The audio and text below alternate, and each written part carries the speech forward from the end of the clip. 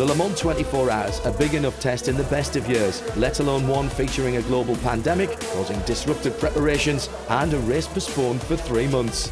Moving the race from June to September changed the length of the night, for example, which will be much longer than usual.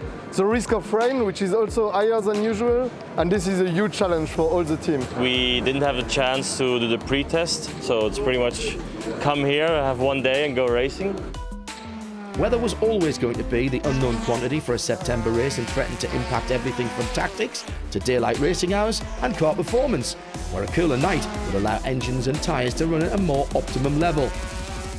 The only difference, which was a bit of a surprise, you have summer temperatures over the day, but you have already colder temperature at night that you wouldn't see in June. The question is, will our tires work 100% in those temperatures? We have tires for each temperature range, but as the range is quite big this year, we'll have to adapt probably more than we were used to in the other races. The race is going to be different than the other years, but it's interesting. You know, different doesn't always mean worse. The switch from June to September have also seen the event schedule transformed from Endurance Classic to Virtual Sprint, with practice starting on a Thursday instead of Wednesday, and the Friday rest day was cancelled altogether. It's plus and minus because normally a Le Mans week is very stressful because it's more spread out, but it's a long week, and these guys always find stuff to put on every 3 days. So at least now it's a short weekend, but obviously very busy. Normally on Friday is a rest day and everyone is changing small parts to finalize the preparation. This year, car must be finalized before coming here because there is no time for final preparation. So car arrives, runs through all the testing and we go racing. That's the plan. Qualifying had also fallen victim to the truncated event schedule, reduced from 3 sessions to one 45-minute period, followed by a 30-minute hyperpole for the 6 fastest cars from each class. Qualifying was quite tense, new format for this year, 24 Hours Le Mans Quali, but in the end we made it to the hyperpole, which was the goal.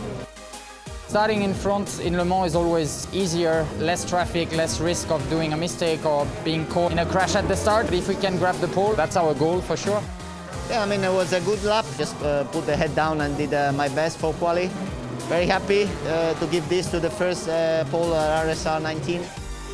With the number 91 Porsche on pole in the GTE Pro class, the 2020 edition of Le Mans got underway in somewhat unusual circumstances.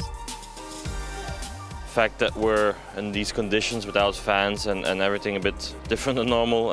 Once we walk in those garages and we put our helmet on, we're doing the same thing. It's difficult to read the race, but we think we have 1 or 2 cars who are in the fight for the win. In Pro it seems quite difficult. We had some issues on 92 and the pace of the front runners better than ours, but the race is long, so let's see what is possible. As day turned to night, hopes of victory in the GTE Pro class began to fade, leaving Dempsey-Proton Racing and Team Project 1 flying the flag for Porsche in the GTE AM class.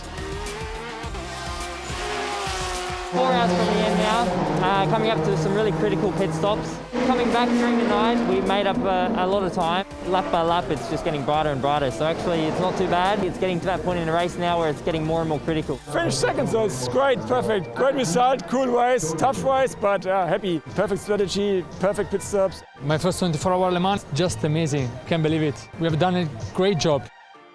Very grateful to be up there today, and yeah, fantastic result for the whole team.